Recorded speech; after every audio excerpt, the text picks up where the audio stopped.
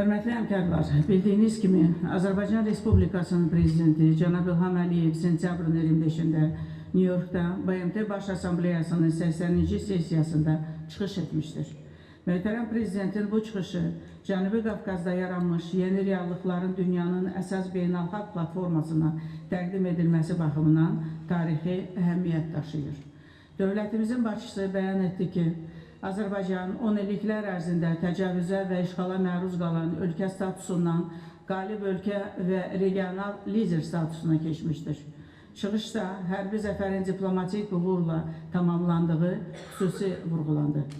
Sülh sazişinin paraflanması və əldə edilmiş digər razılaşmalar, dövlətimizin öz milli maraqlarını həm güc yolu ilə müdafiə etmək, həm də hüquqi və siyasi alətlərin köməyi ilə təsbit etmək qabiliyyətini nümayiş etdirmişdir.